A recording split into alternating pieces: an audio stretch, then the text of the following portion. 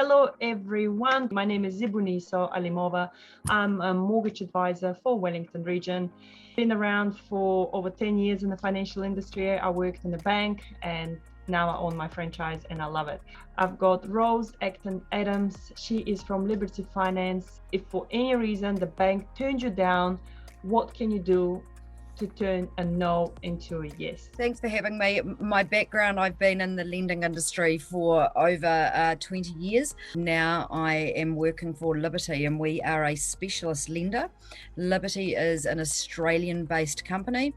Our main reason which we came to New Zealand 20 years ago was because we realised that many of the traditional banks were getting tougher and saying no to people wanting to purchase a house. There are many of us second-tier lenders in the market.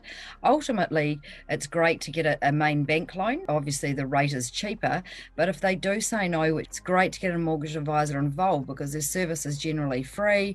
They're doing the running around for you, and they're looking for the solution and the opportunity. Any specialist lender is to get you in a better position, sort you out with your financials or your credit, and then move you back to main bank in the long term. Give you an idea of why a loan may be declined from the bank or deferred from the bank, which is when Liberty or another specialist lending company will get a phone call from a mortgage advisor and say, look, can you help this client? So the first thing that Liberty look at is we actually don't deal directly with the public. So it's always through a mortgage advisor like Zebunisso.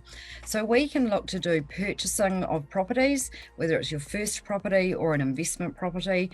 We can look to refinance your current mortgage, but we can also do debt consolidation.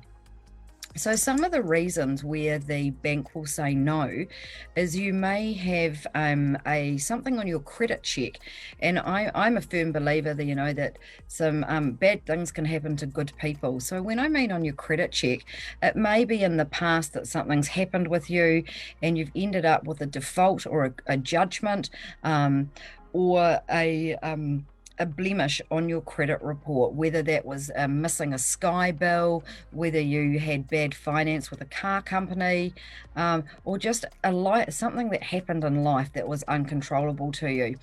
The bank and any lender will do a credit check on you and they will look to see if there are any defaults or collections.